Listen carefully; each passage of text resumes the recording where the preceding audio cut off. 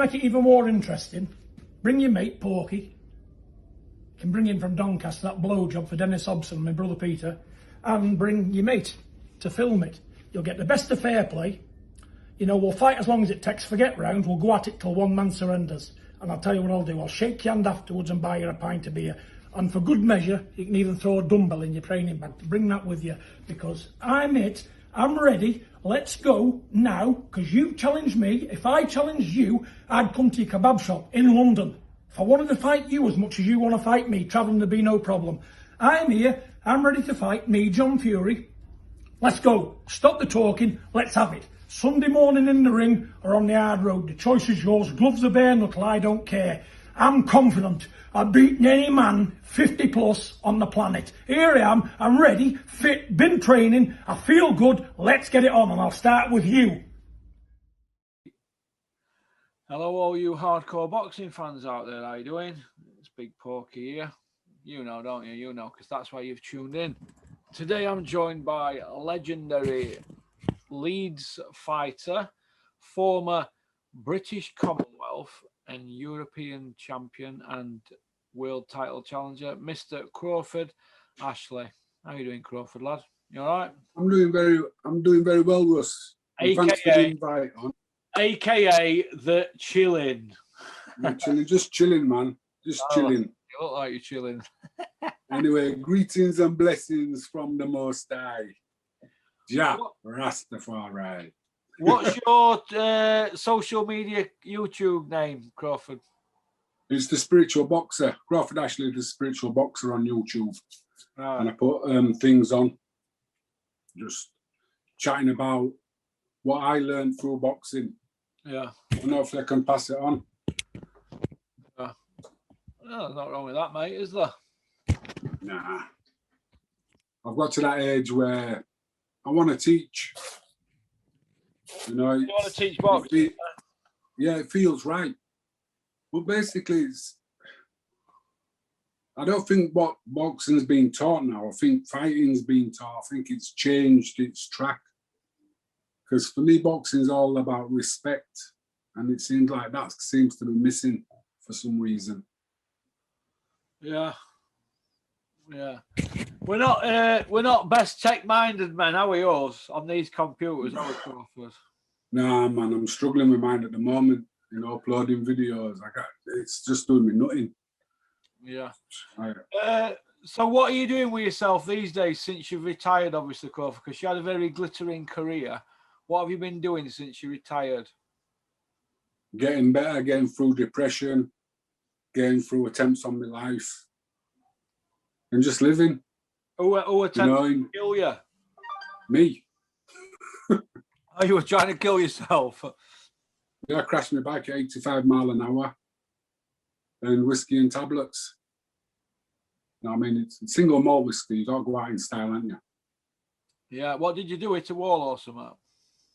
I hit the barrier on the M62. Where did you wake up in hospital? No, I woke up at the side of the road.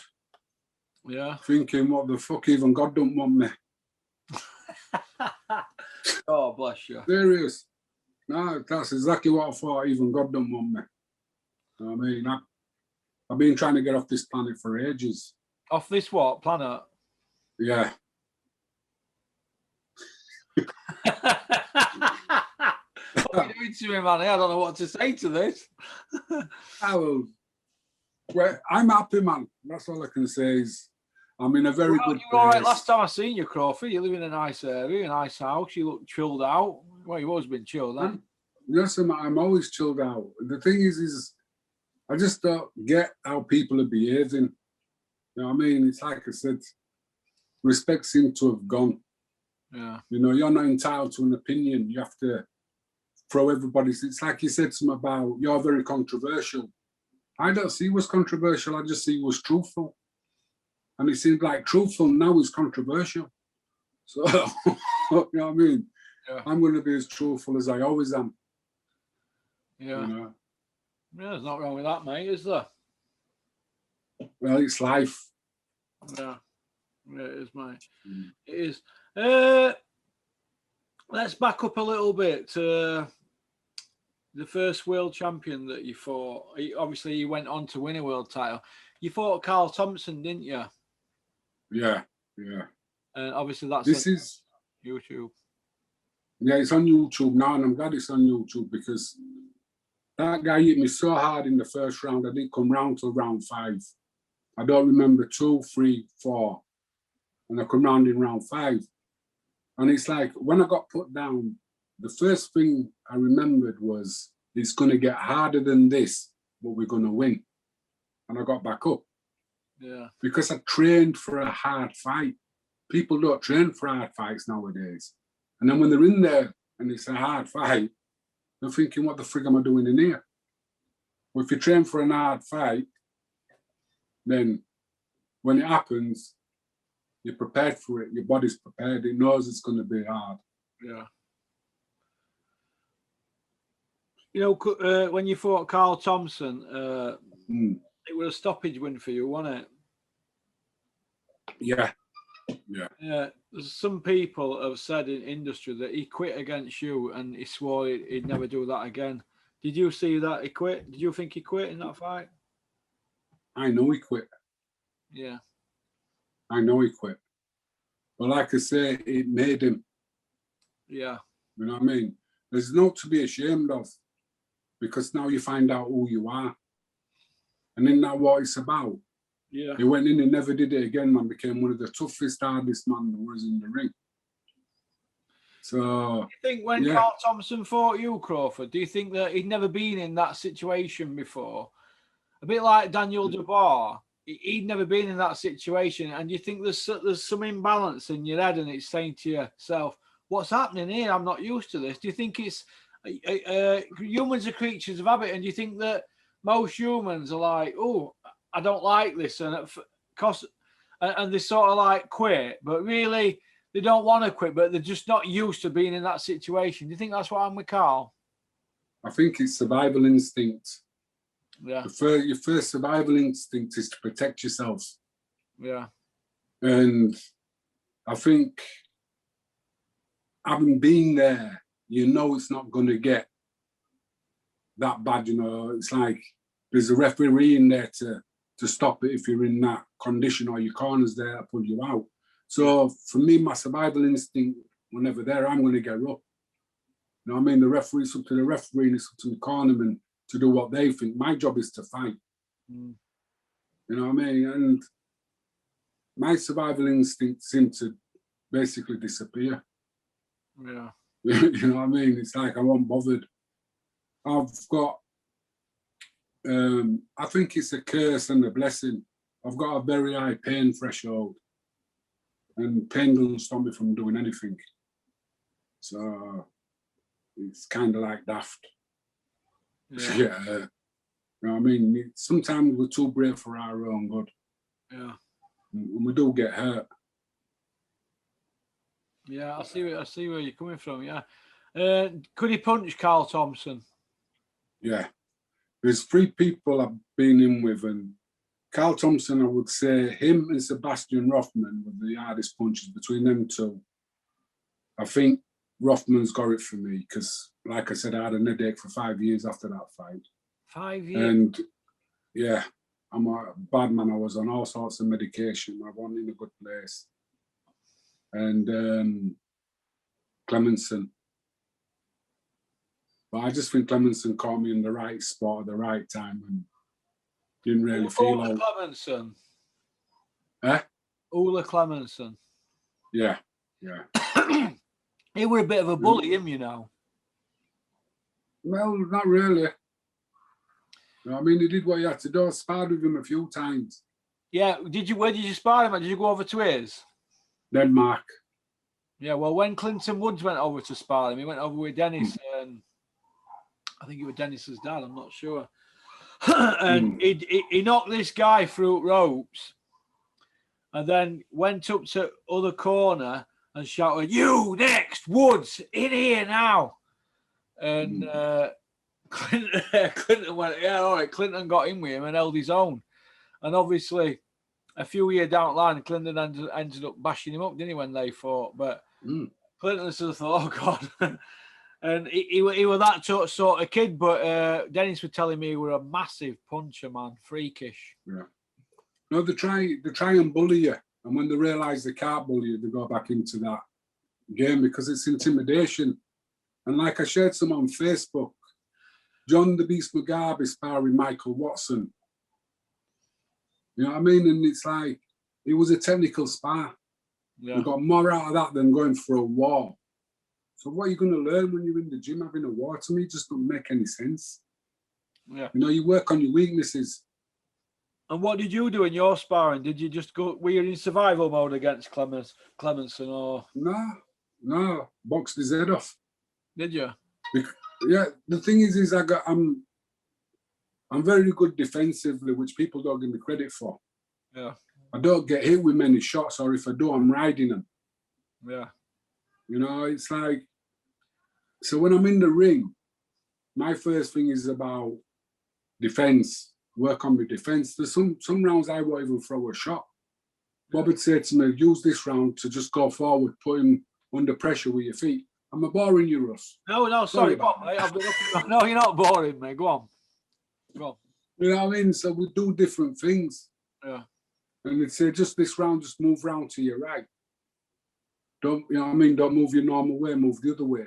Yeah. And working on different things, working on things, you know you're not going to get hurt. You know, and it's like, I don't understand why you want to knock someone down in sparring. What does it prove? Yeah. And it showed me a lot of what's been going on. The crowds are a massive influence on certain fighters. Yeah. And when there's no crowd, you know what I mean? They seem to come unstuck because they feed off that energy. What do you think to fighters nowadays? There's people who I speak to in the industry. I'm not going to say any names, but trainers of champions and ex-champions, and they're saying the general feeling is that a lot of these British kids that are getting into positions and headlining on shows and that, they're not trained in the proper basics of boxing, how to ride a shot and head movement and things like that. Do you think that a lot of fighters are skipping the levels now to get into world ranked lists, you know, the top 15? It's more a popularity contest. You know what I mean? The best fighters don't get there because most of the best fighters won't take shit. You know what I mean? All they want to do is box the best.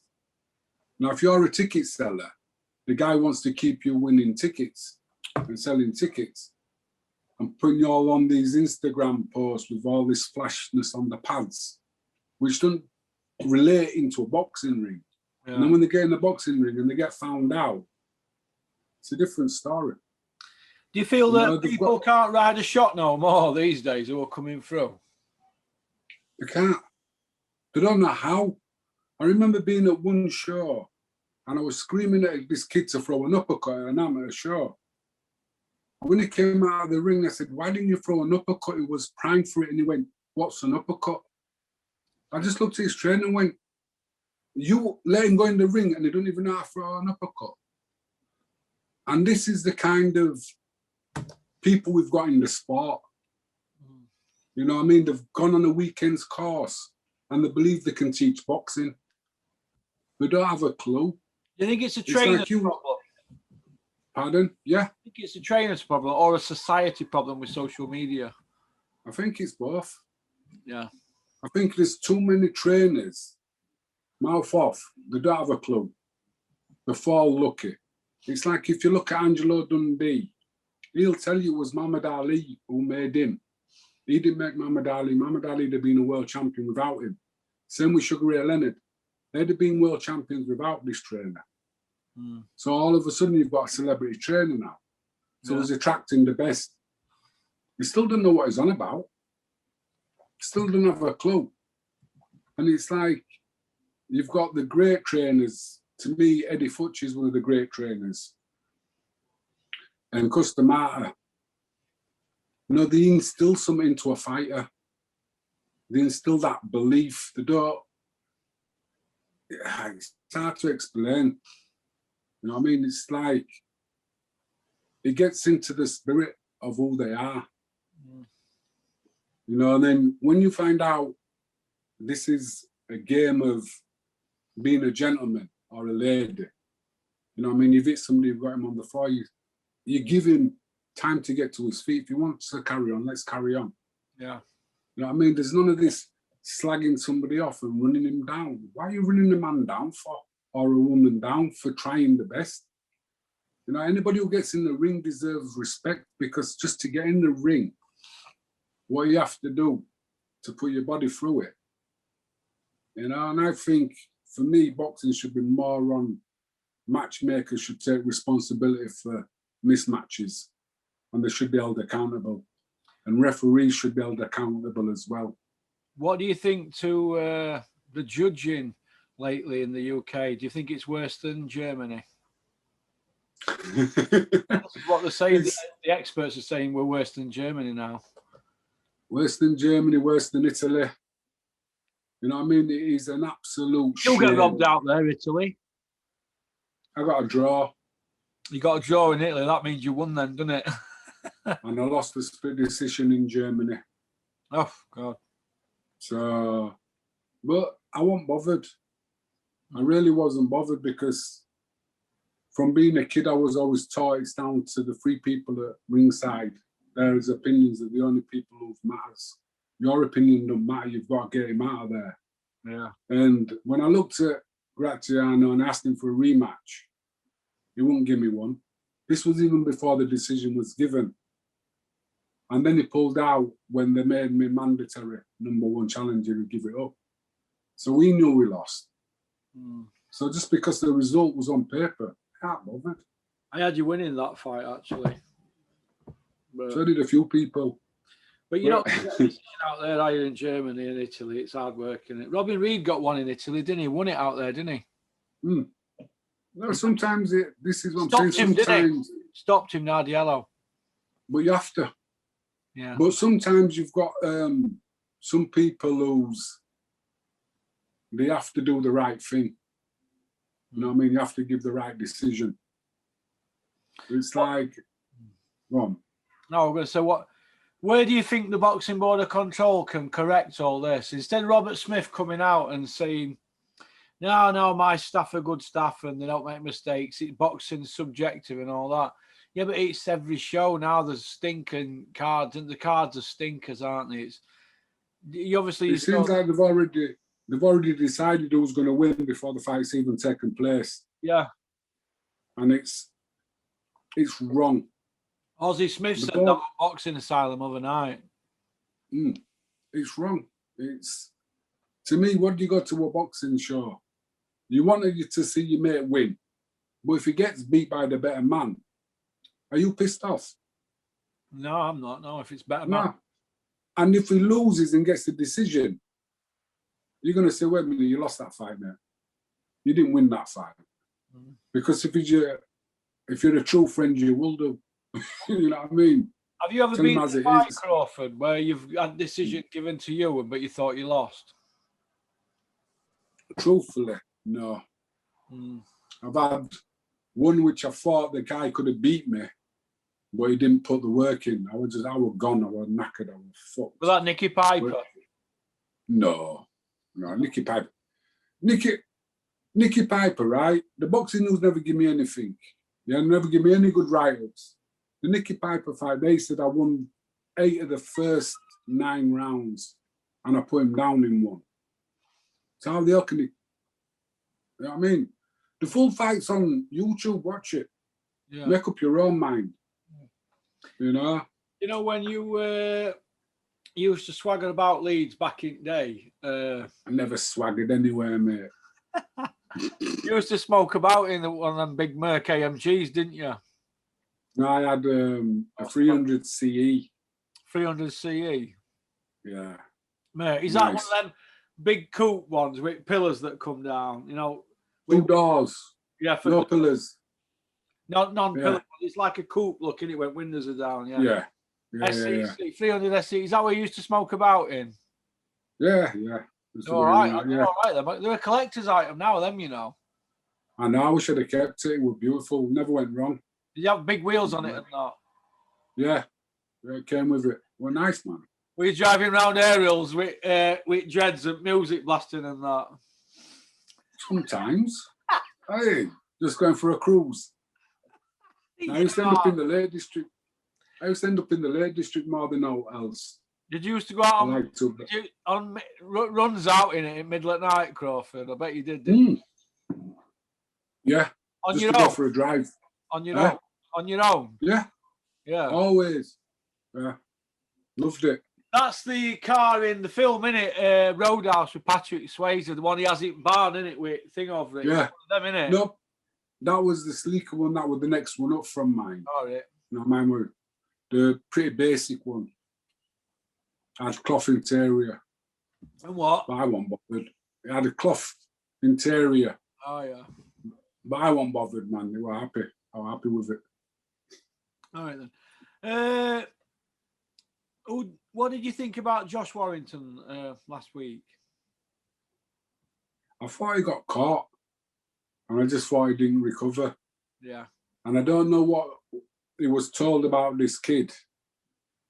But if he was told that it was easy work, then it's hard to get back right when, you know, you get caught with a shot. Like I say, you've trained for an easy fight. Yeah. When now you're in for an hard fight and you just can't get yourself together. Do you feel that his team have to take a bit of responsibility for the whole carry-on with him dumping his belt and a substandard performance and, you know, all the stuff surrounding it all? Do you think that they might have to take a bit of responsibility? No. No, so who do you think's at fault then?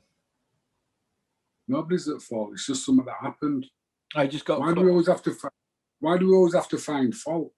I don't know. I'm asking questions. That's all. I'm only asking. No. I'm just saying this is how people always want to find fault. It's like certain times you have an off night and things don't come together. You know what I mean? No matter how much work you've done, you've had an off night. Now, I used to say that if I lose, I lose. Yeah. It's me. It's down to me. It's not down to anybody else. If I win, the team wins because everybody's done everything. My job is to fight. You know what I mean? So if you're going to tell me where does the blame lie, it lies with Josh. You know what I mean? He had an opportunity to not take the fight. You know what I mean? Something's not right, don't take the fight. Yeah. What are you going to lose? Your titles, you've already given your titles up, so you're not losing anything. Yeah. You see what I'm saying? So he's gone in and he's got caught. It doesn't mean he's finished. It just means I'm not going to make the same mistakes twice. Yeah. You know what I mean? I can always come back. You know? And the one thing is, he's a fighter. You've seen that. He was gone from round 4, and what did he last? Another 3 rounds. That's a heart and that's a fighting spirit. Yeah. And like I say, you can teach a kid everything except for that one thing you can't teach is the heart. Why do you think he vacated? Do you think he just didn't want to fight Galahad again? Oh, does anybody want him to fight Galahad again? No, I don't really know. TV didn't, did they? Be truthful. It don't make any sense. It's a stinker. Yeah, it is. You know what I mean? It don't prove anything. And it's like, no disrespect to Galahad, but I won't pay to see him. Yeah. You know? I love boxing, and there's boxers I pay to see, and there's boxers I won't pay to see, and he's one of them. So, would you pay to see Lawrence Coley? I don't know. I have to have a look into him because I don't really know anything about him. Oh, is he the heavyweight? No, he's a cruiserweight. He's going to fight for world title at cruiserweight. How many fights had? About 14?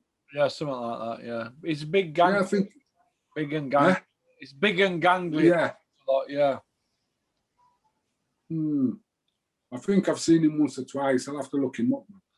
What do you think to the Yildirim fighting Canelo? I just want to see him fight Caleb Plant. Yeah, it's an hard fight. You know what I mean? Yeah, it's like he's fighting regular, but he's training. It seems like I don't know what his opponents are doing because at the moment there's about 4 or 5 who are in line to fight him. Yeah. Are they all training now?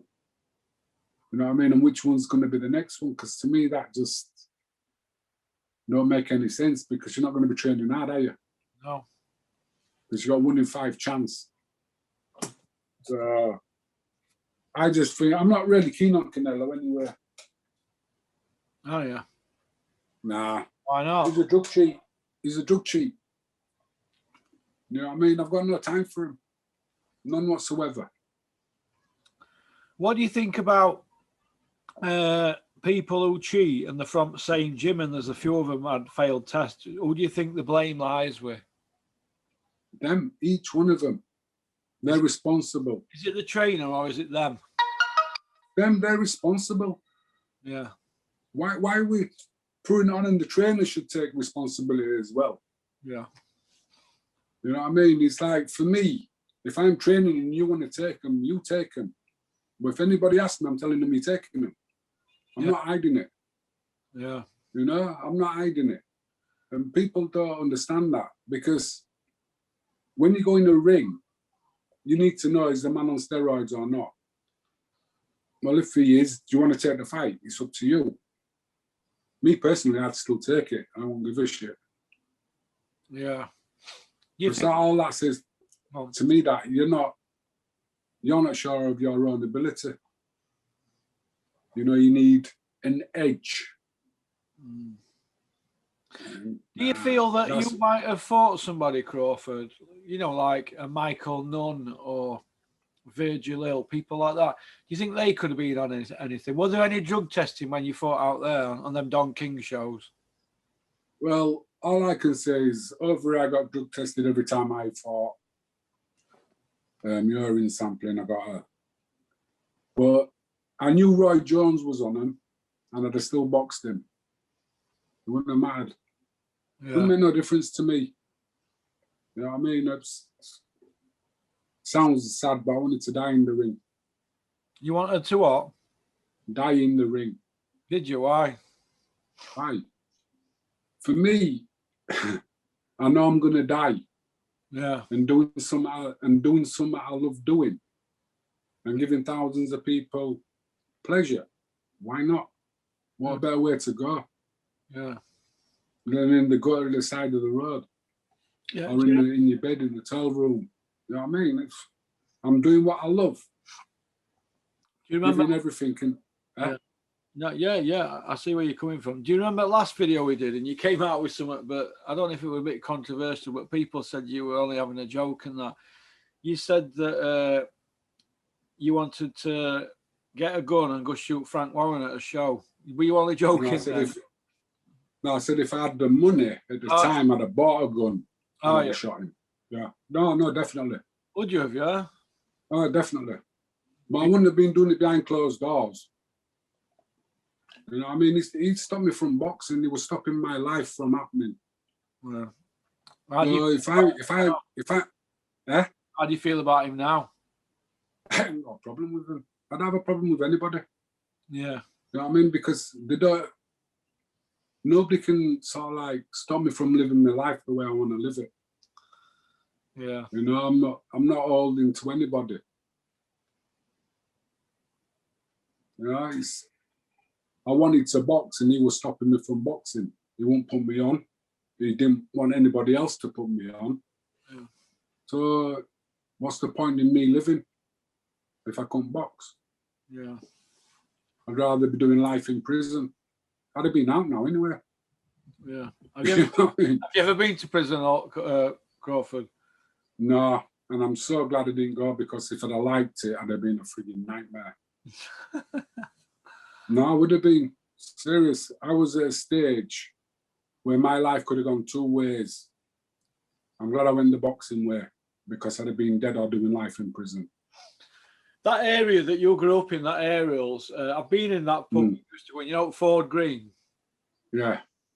I went to in 1992, and there were some pretty serious guys in there like then. I was only like 21-year-old. Is it still the same? No, it's gone. It's an Asian supermarket now. Oh, God, is it? Yeah. Great pub, man. Had some great times in there. Back in the day, 40, what place to be, wasn't it? Yeah. definitely. An old bank on a weekend. Yeah, I had a few friends who used to go there. I never went there off much because I liked around there, Striga. Striga. I've been there. Striga. Friday, Saturday used to be Cosmos or Phoenix. And then we had Blues as well. So Sunnies, Darkies, Cliffs, 99, Maxes. You know, you could. There was some serious drugs smoked in there, wasn't there? In Sunnies. No, there was some nice stuff. Some really nice stuff about.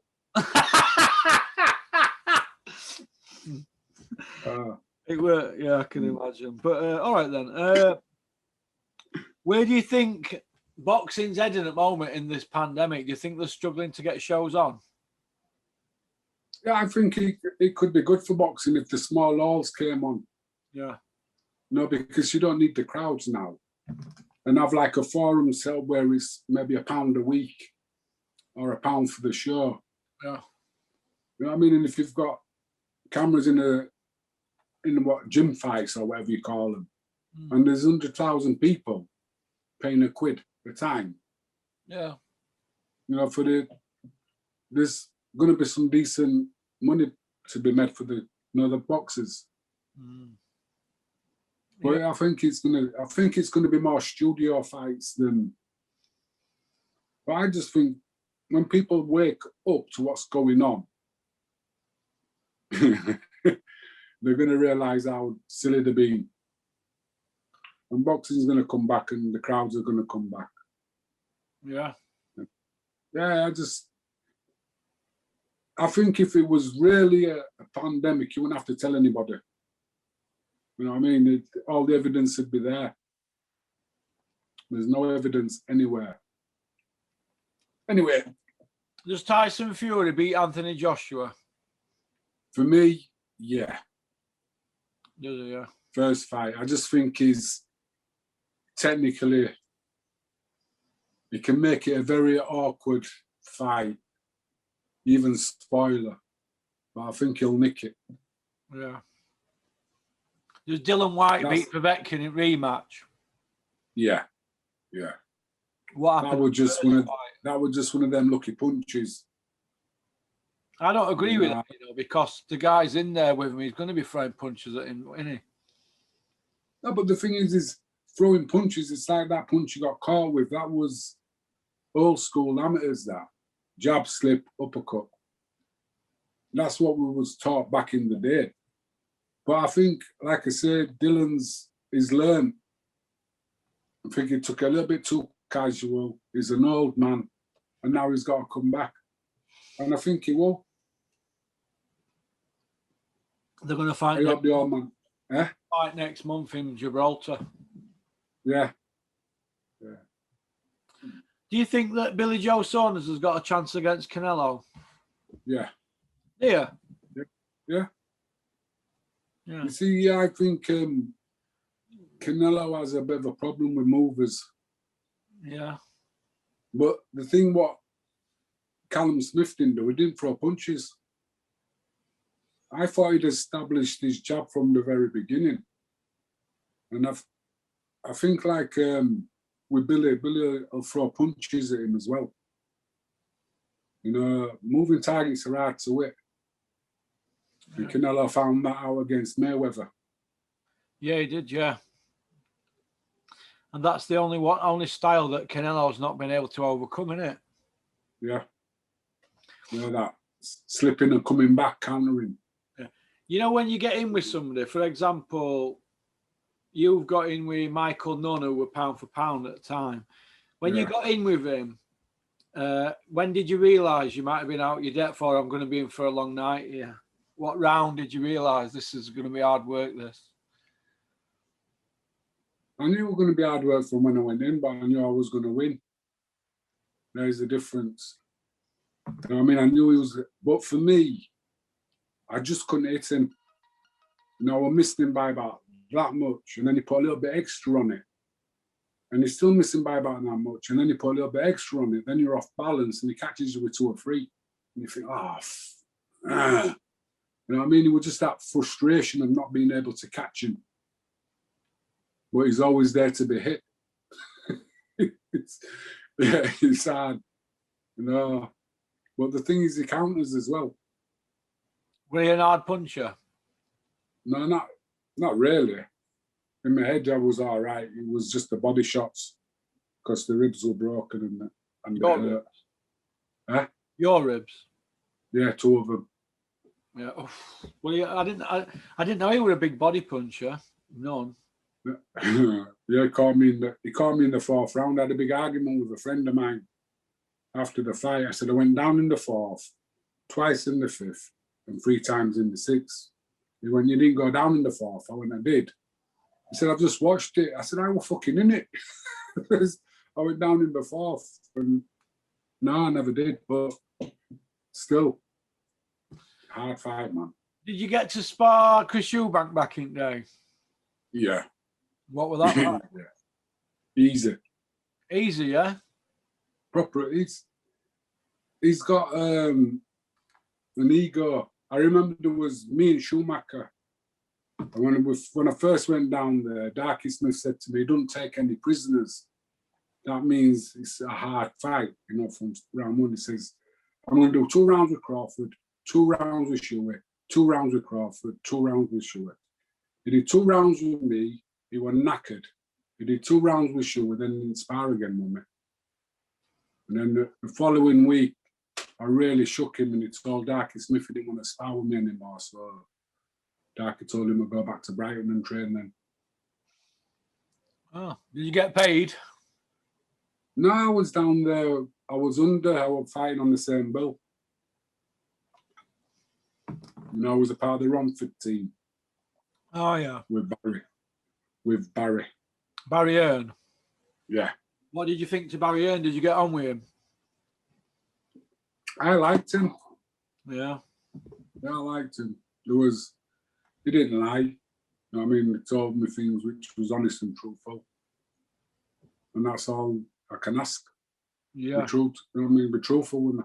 Did you get on with better with Barry than you did with Bricktop? Is Bricktop Frank Warren? Yeah. No, Frank Warren was just a liar from day dot. Never. Yeah, just a liar from day dot. Yeah. Oh, I'm sorry to hear that. He didn't. Well, it's another one. Go on. He signs you up and he puts you in with his boy and you beat him. Yeah. With all the strokes to pull before that, and you still beat him, but yet he still holds you back. Who did you beat? Who was his boy? Nicky Piper. Oh, yeah, I saw that fight. Yeah, yeah. Yeah, you know what I mean? I found out the day before the weigh-in, the day before the press conference. And at the press conference, Nicky's told me he's been training for the last 6 weeks to fight me. I'm like, what? I found out the day before by a phone call. But yeah, he's had 6 weeks to get ready for me. Nah, that's bollocks, man. You looked knackered in the last round, didn't you, against Nicky Piper? I was knackered. I was absolutely knackered because I thought the fight was over. In round 9, I thought the fight was over, man. You know, he shouldn't have come out. And he did, and it was like, yeah. But if it had been a 15-round fight, he still wouldn't have put me out. Oh. No. There was no way that night he was going to beat me. No way. It wasn't going to happen. Yeah. Yeah. Did you not spar Nigel Benn then, no? No. You sparred Lennox Lewis, though, didn't you? Yeah. What was that like? All right. Yeah, it was good work because it was basically he wasn't supposed to whip me. Yeah. He was just using my jab and the speed of my jab, you know, to time it. And then he caught me with a body shot, man. Fucking hell, I thought he broke my ribs again. That hurt. Yeah. And they wanted me to pull out, come out. I says, no, I'm sparring the next round. He says, well, why? I says, because I'm fighting the same night as Lennox. And if I get caught with a body shot like that, I've got to be able to carry on. Yeah. So I carried on. What I heard was some interesting stories with Lennox over there. Saved his training camp. He did what? I saved his training camp. How did you do that? Because he said basically, if you're not sparring with me, you can't come to the gym. So I just says to, what do you call it, get me on the next flight home. And I was in and out with 2 heavyweights. And he says, well, why is that? I says, well, if I can't go to the gym and train every day, I need to be somewhere where I can. I'm not only allowed to go to the gym when he's sparring. I'm fighting on the same night. And these 2 are fighting on the same bill. Yeah. And he says, yeah, you're right. And there was about 4 or 5 heavyweights who were fighting at the same time, the same bill. So we all wanted to go back, so his training camp would be shut down. So Lennox came to see us, and Morris and Cedric had gone out. So he says, they're watching me and picking up my bad points, my mistakes, and then they're trying to punish me. And I just looked at him and says, I don't know how much you're paying them, but I tell my sparring partners what they're doing wrong, because you get a better spar. This is where you're making mistakes and you don't make them in the ring. And then he had it opened up to all, anybody can come and spar and watch. Because if you think you can beat me and I'm doing something wrong, get in the ring and show me. Because I need to fix my mistakes before I fight. You know what I mean? Does that make any sense to you? Yeah, it does, yeah. Yeah, that's good. Makes a lot of sense. Makes a lot of sense to me, because I don't know how much you're paying your sparring partners. And if you're not learning anything and just beating them up, you know what I mean? You're wasting your money. Yeah. Yeah. What do you think to Deontay Wilder's outbursts of late? Say, people are Do you know saying, something? I think Tyson Fury must punch hard, man, because he's knocked his senses somewhere else. Because I don't think Deontay Wilder's come round since that fight. And everything that comes out of his mouth is shit. Yeah. Right. I don't think he'll ever improve until he actually takes responsibility. You think he treated Mark You know what I mean? Breland harsh? He's an arrogant, ignorant man. You know what I mean? And he should be grateful to Mark. Yeah. He should be grateful to him. Yeah. And I like what Mark Breland said. Did you read his letter? Yeah, I read it, yeah. Yeah. That's kind of like true. It seems that Wilder didn't really want to train, did he? Or if he just wanted to do what he wants, didn't he? And everybody were agreeing with him that were around him. Well, look at it this way. Remember Mike Tyson? Remember his first trainer? Not Teddy Atlas. Not Teddy Atlas, the other one. Kevin Rooney. Kevin Rooney. When they got rid of him and surrounded himself with yes men, what happened? He lost, he got beat. Yeah. Because you don't need yes men. You need men who tell you what you're doing fucking wrong. Yeah. You know what I mean? You're in this, it's a very dangerous game. And it's like, I remember, do you know Denzel Brown? Yeah, from your lead. Him who got murdered. I educated him. Murdered, didn't he? I don't know. I just educated him one time. Yeah. I boxed Roberto Dominguez, and I knocked him out in the 3rd round, and I didn't get caught with a punch. And I'm round at the house the next day, my phone rings, and Denzel's at the door. So as Denzel comes in, I'm answering the phone, and it's Bob. And he starts giving me a bollocking about the fight. So I said, Bob, wait a minute, let me watch the fight, and then I'll phone you back. So I said to Denzel, I've just had a bollocking. Denzel goes, oh, I'd sack him, mate. I said, why would you sack him?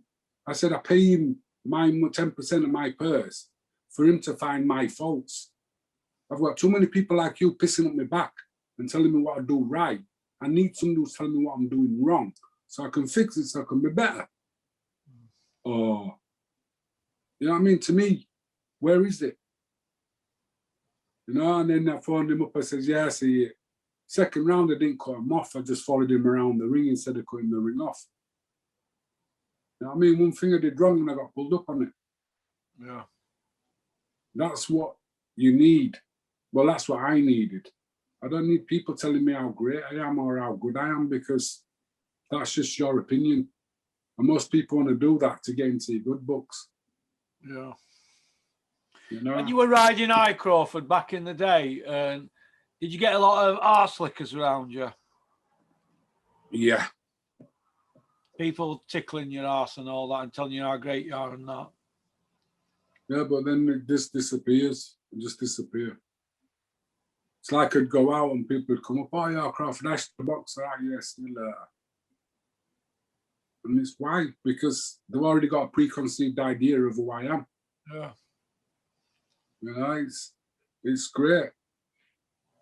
Because when I used to go out with my friends who I used to walk the streets with. Did you have same people around you that you grew up with from day one? Yeah, always. You know what I mean? It was me and one other person. I never had a big group of people. I remember going out with about 20 of us, and I'm in this bar, and I just says, oh, I'm off to such and such, and this guy goes, oh no, we're off somewhere else. I says, I never invited you. I said, I'm off here. This is where I'm off. I'll catch you later. You know what I mean? I don't follow the crowd. I go where I want to go, when I want to do it. And if you want to come, great, because we're going to have a great time anyway. And if we're not, we'll go somewhere else. Yeah. Was it easy back in them days to pull chicks and that? I was never interested. No? No, it sounds, to me, it was a game. And everybody were playing it, and I just seen them as being a lot of problems. You know, the guys are out and his bird's out with out somewhere else, and he wants to be with them. Why are we having a laugh and a joke? You know? And it's like, I was married. I was talking to this girl one night, and right at the end of the night, I said, oh, I'm off now. She said, oh, are you coming home with me? I went, no, I'm married. She went, I'm not bothered. I said, no, but if I were married to you, you'd be fucking bothered, wouldn't you? She started giving me a load of mouth, and I went, whoa, whoa, whoa, gone. You know, to me, it's no interest in just bringing a lot of trouble. When you've got one, what do you need another one for? I mean, if you've got one that treats you right and treats you good, and there's no arguments, what do you want another one for? What would you tell a Crawford Ashley that were 16-year-old doing amateur boxing? Looking at your career now, if you could go back and have a word with Crawford Ashley when you were 16, what would you do differently? No, I think I've already done that. I've already had that conversation with him. Oh, what? Enjoy it. Enjoy it. Enjoy it. Fight everybody. And be right. Yeah. You know what I mean? Just enjoy it. It's like, I'm allowed to do something. I'm allowed to hit people. You know what I mean? And I had a very bad temper as a kid. And I've got this nastiness inside me that I'm a pacifist with psychopathic tendencies. And them tendencies were allowed to come out as a teenager and as a young adult in the ring, which I'm glad. Yeah. Can I just point out that Denzel Brown was acquitted of murder? Just got a text here. Yes. Right. The thing is I'm not. There's certain people I don't really like to talk about because they took what I loved and basically abused it and used it for this thing. I'm a boxer. Now, you haven't got a clue what boxing's about, mate. You know, and it became a bit of a bully. Do you feel that boxing's always had less gangster aura around it? It has to have. We come from the same streets. It's like I was saying, there's two choices you've got. And some of them haven't got two choices, they've only got one. There's only one way you can go. And that's down the criminality path. Yeah. Because of the areas, when I was 16, when I left school, unemployment was, I think, at 3 million. All the minors had just come out when I was 18. It's like, if you sent your CV off with an LS7 or an LS8 postcode on it, you ain't even getting an interview for the job. So there's no jobs. And it's like, now there's no jobs in it. So there's only one way you can come is to fight. You know what I mean? And back in the day, we were all fighting because we were all kids growing up, looking, so you're doing all the street fighting, getting up into that position. Now, which way are you going? You're going to go down the criminality path, or you're going to go to the boxing gym? I was lucky. You know what I mean? I was very lucky. Yeah. Do you feel that there is? Do you feel that when you go for a walk nowadays, because I know I tend to feel this, and where I used to play as a kid, there's no goalposts, everything's fenced off, there's no youth club. Do you feel that as a society we're pushing kids into their houses on iPads all day and not exercising and not doing sports? And we're training them, brainwashing them. You don't have no control over them. Yeah. And they're not doing what we're supposed to do, which is run, play, have fun, you know, socially interact, learn. You know, they don't realize in certain situations you shouldn't say certain things because you might get a fist in your mouth. You know what I mean? Yeah. You know, kids need to learn and grow up and be out playing and doing physical things. Do you remember Slugger O'Toole from Nottingham? Yeah. Do you think he was a good fighter? Not really. No. He was a Slugger O'Toole. Yeah. Did you ever spar at Ingle Gym? No, I never went to Ingle's gym. To me, it would seem like they only did one half of the boxing, which is not getting hit. They didn't do the other part, which is hitting. You know what I mean? They don't do contact sparring, do they? No, and I find that weird. And they do that funny body sparring, which I find weird as well. You know, you can't hit to the head. Wait a minute, if we're having a fight, you're telling me I can't hit you in the head? Shut up. You know? Boxing is full contact, always has been. Yeah. That's how we like it, isn't it? Yeah. Do you think Calzaghe were a good fighter? Joe Calzaghe? Me, no, personally. No, why not? Why not? I thought they were pulling off his punches a lot. That's why they were so fast. I didn't rate his power. And the kids who give him an hard fight, I thought Robin Reed beat him. He'd never give him a rematch. One of how would I call him now?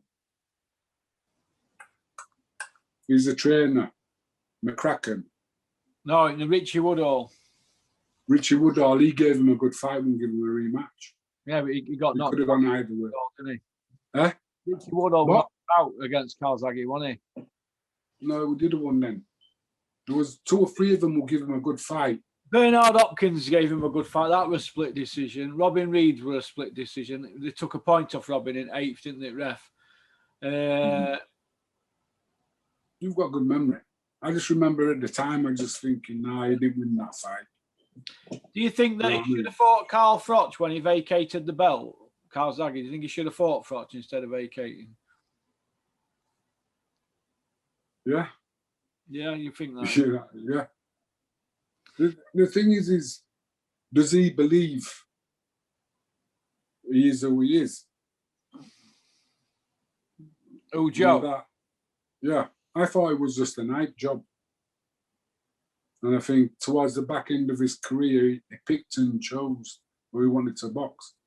I remember him talking about boxing Bernard Hopkins about 5 years or 4 or 5 years before. Yeah, and they did. And they were saying that, Warren was saying that we're asking too much money. It was Hopkins. And I says even a tenner would have been too much money for him back then. So they just waited and waited and picked the time. So, no, for me. Did you ever spar Mark Prince? No. No. Who's Yeah, best was, spar that you've had then? Who's best guy you've ever sparred? Sparred Victor Cordova. Yeah. As a spar. And I've sparred Steve Collins as well. He was a hard, tough nut. Yeah. Like I said, I sparred Lewis and I sparred a couple of kids over there. I can't remember the names, man. But no, I think my hardest spar was my brother. Was who? My brother. Is that a good spar, yeah? Yeah, me and Glenn. He won a good spar for me, won a good spar for him. Yeah. All right. Now, well, he's 4 years older than me, and a really nice boxer. And I wasn't going to let him beat me. You know what I mean? And he wasn't going to let me beat him. It was, hard. What do you do to chill out, Crawford, nowadays, to relax and that? You listen to music and that? No, I'm not really into music. No. I like to meditate. Oh, yeah. I meditate a lot. I do stretching. And my favourite thing is teaching Theo to box. Yeah, your son, yeah. Yeah. Having chats. He's a big lump, isn't he, for his age, isn't he? Yeah. But I like it because he's into the physical side of it, the fitness side. And he's always training. I went for a walk with him yesterday, and we're going doing, sitting on the floor without his hands and standing back up, all different ways, just to get him flexible and moving and playing. Yeah, that's what I enjoy doing. Brilliant. All right, then. Well, listen. Thanks for coming on. You've been great. Nice to see you. Anyway, I'll come down and see you when we get a bit better with this lockdown. It should be ending soon. I'll pop over. Yeah, hopefully it'll be done. When people wake up, it's all over and finished with. You know that, don't you? Like, it's all over and finished with when people wake up. Yeah. No. All right, man. Listen, you take care, Crawford. Thanks for coming on. You've been a real tonic. Yeah, anytime. You know what I mean? Anytime. All right, mate. You take care. All right, man. Cheers, pal. You too. See you later, Russ. Bye.